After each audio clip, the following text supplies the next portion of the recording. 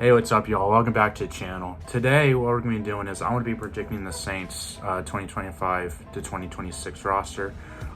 Right now, it ain't looking too great. You know, you have some talent, and of course, you have older guys like Tyron, DeMario, Cam Jordan. So, and of course, you have, your young guys in there, and then you're kind of just stuck in the middle. So I'm going to list out my projected 53-man roster as of today. This is my extremely early roster prediction. So the quarterback, it ain't too great, obviously. No shit. You have Tyler Shuck, Rattler, you have Jake Hayner, and you have Hunter Deckers, who came with the tryout. Personally, I think they just keep two. That's my personal opinion. I think it will be Tyler Shuck who's the starter at the end of the day. What I think is going to happen is when Clint Kubiak came in last year, he drafted Rattler, and Rattler ended up starting majority of the games. I think Hayner was only started one of them. He started that Commanders game, that was a brutal game, and then of course Rattler almost came back, and they just failed that two-point conversion. But I think Chuck's ended up winning the job. For running back, I have him keeping four. I think it's Kamara's obviously, you're undoubtedly your RB1. I have Kendra Miller, Devin Neal, and then I have Velus Jones Jr. That might be a shocker to a lot of y'all, but Velus Jones is a pretty good kick returner, punt returner.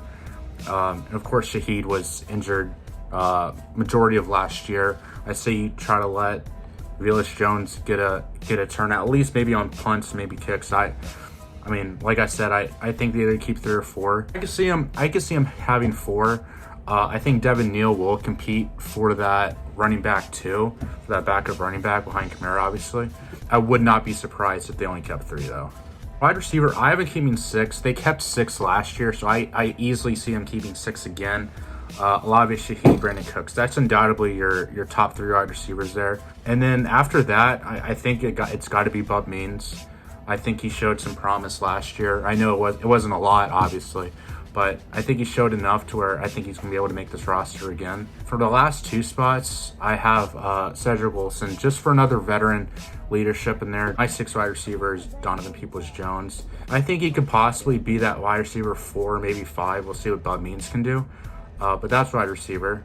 Fullback, Adam Prentice, probably. Juwan Foster. I have Dallin Holker again. I know we drafted one in the 7th round.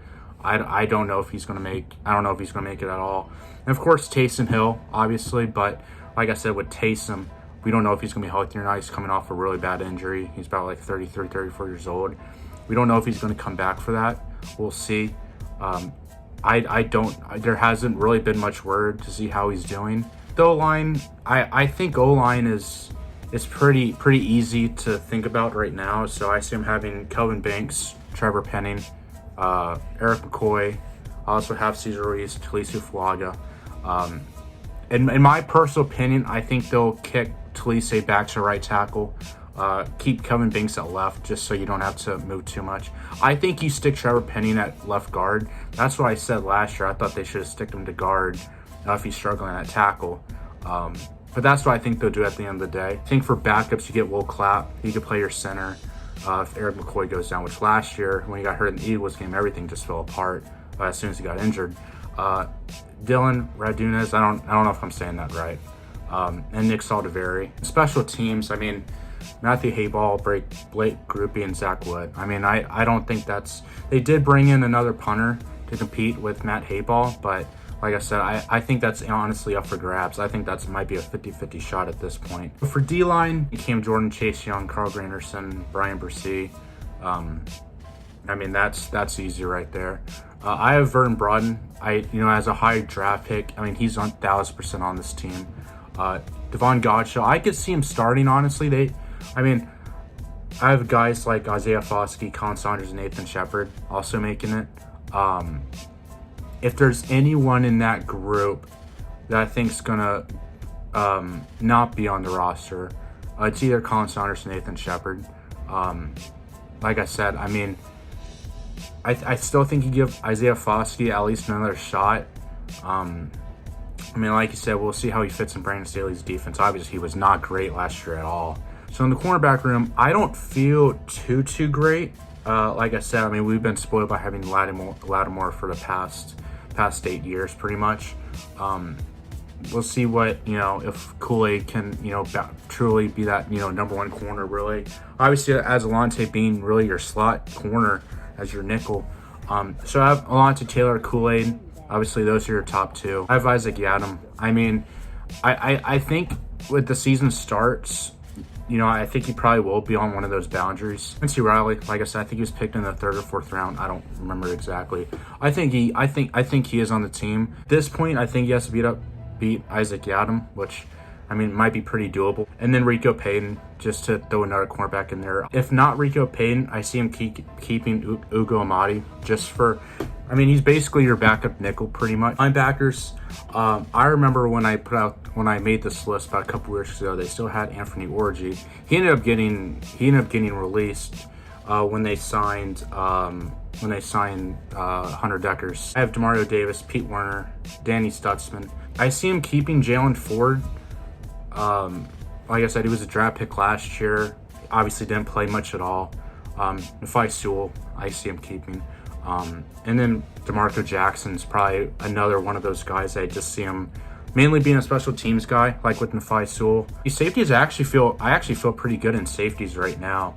Tyron, of course, still has a good bit left in the tank. Justin Reid. Justin Reid is a pretty big upgrade from Will Harris. I thought Will Harris actually played quite well. Jonas Sanker, I think Jonas Sanker can easily replace Tyron when he retires, which might be within the next 2-3 years. JT Gray, your special teams guy, that's pretty obvious. And then Jordan Howden. My 53-man roster projections, like I said, it's late May. It's not even June yet. Rosters really truly won't get cut down to about August. So this is about 2.5 months early. This is just an early projections. Like I said, anything can change. So if y'all think, how y'all think about this roster, I'm pretty confident, in some positions, obviously, and in others. I think, this season really relies on how quarterback play is. I can easily see Rattler starting. I can easily see Tyler Shuck starting. Would just add, another receiver. I would add another corner. Offensive line is actually pretty good. Let me know in the comments how y'all think of it. If you think that another player should be in this position. So appreciate y'all watching. Let me know how I think I did. But yep, see y'all next time.